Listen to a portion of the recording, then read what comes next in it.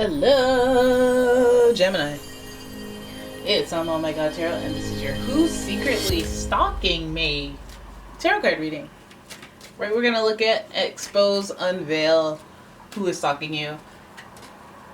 Then we're gonna look at some other stuff, archetype card, and do a tarot card spread. So let's get into it. I've been shuffling. I'm buying time. Every time I do an intro, it's buying time for the shuffle. Alright? I'm coming clean today. That's what's happening. Especially even right now. Oh my goodness, I just did it again. Alright, here we go. Here's your first card. Capricorn. Ooh, you have a Capricorn stalker? Stalk away. Oh my gosh, shower me with riches. Alright, Capricorn. The energy around you is serious, materialistic, and hardworking. It bestows shrewdness and cautious ambition. Don't be a weird stalker. Be a good stalker. Be a wealthy stalker. Well, not just wealthy. You can't be creepy. You can't be creepy. Be normal and stalk me. Oh, that's an oxymoron. Alright, your next card. Aries. Okay, so this is coming from work. This is coming from work. And this is not even just coming from work. This is coming from like an enterprise area of work. Like boss, business partner. Not just like, oh, my coworker who doesn't have a future either. No, I'm kidding. Come on.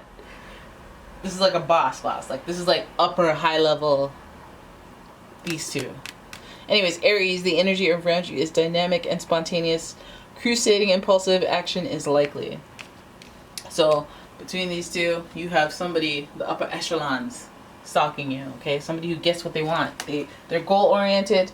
They're after what they're after. They bring out that energy. And then we have Virgo, so we know it's at work. We know this person is from work that's stalking you. The energy around you is dutiful, hesitant, and humble, with a discriminating, diligent, and painstaking air. All of these connected to work. They all are about the work. Now, I know some of you guys are like, no, not this Virgo I know about those. Trust me, those are just, they're not there yet, but once they find something they like, then they will be a worker bee. Okay? You're not going to catch me slipping. Alright, here we go. So, then we have the Oceanic Tarot. Oh my god, I'm going to get so many comments. Oh my god, not all Virgos are... No. Oh god, those are so annoying. It's like, obviously not all. Obviously. And obviously I don't know everybody's chart. Are you kidding me? Anyways. Alright, Gemini, I know you like it when people pop off, so it's fine. Alright. Gemini is the one that you go out here and let's do some little sinister little things. It's funny. Let's go trolling. Oh my god, we be best friends. We would be best friends. Alright, bot time again. Didn't notice, alright? So here we go. Here's your first card. Oh. And Eight of Swords in reverse. We're gonna keep going. Oh!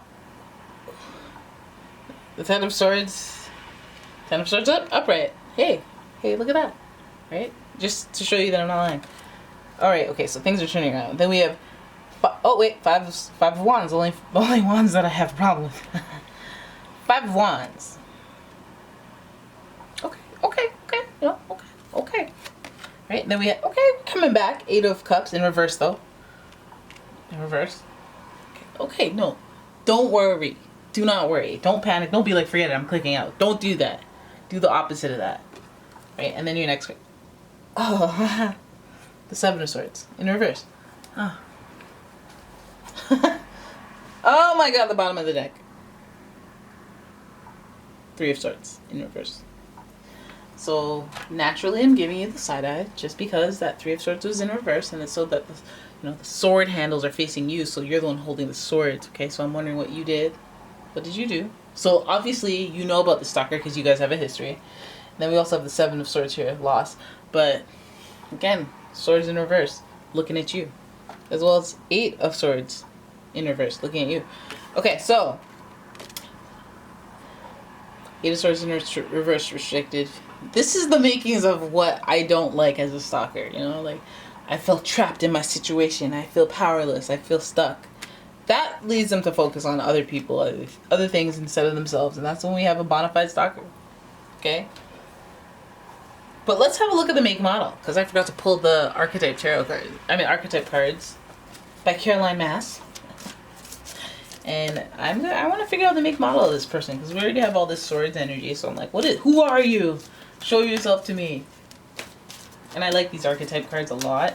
I don't use them as much as I should, but they're very helpful, guys. The make model of your stalker, the archetype. Boom. Oh my goodness, servant.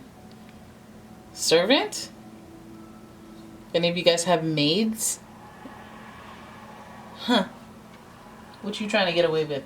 Light attribute. Delights in serving others with a free and loving heart. That's good, right? Oh, please don't be one of those where you're like all nice and then you have this deep dark past of like non-niceness. Then we have the shadow attribute, using the lack of money as an excuse not to move forward with life. Serving because you're like, I don't have this, I don't have that, I don't have this. Instead of actually doing this, doing that. Bobbing and weaving, figure it out. You know?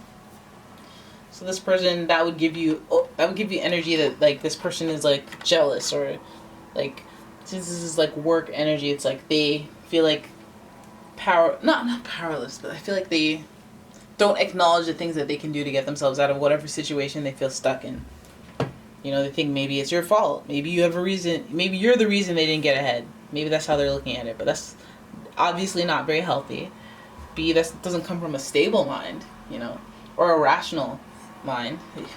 You know, if you don't get what you want from someone, from somewhere, you can go somewhere else. You're not bound to anywhere, to anyone. Some people don't realize that. Like, my life was ruined because you did this 10 years ago. It's like, what? You had 10 years to do something different? And you still talking about...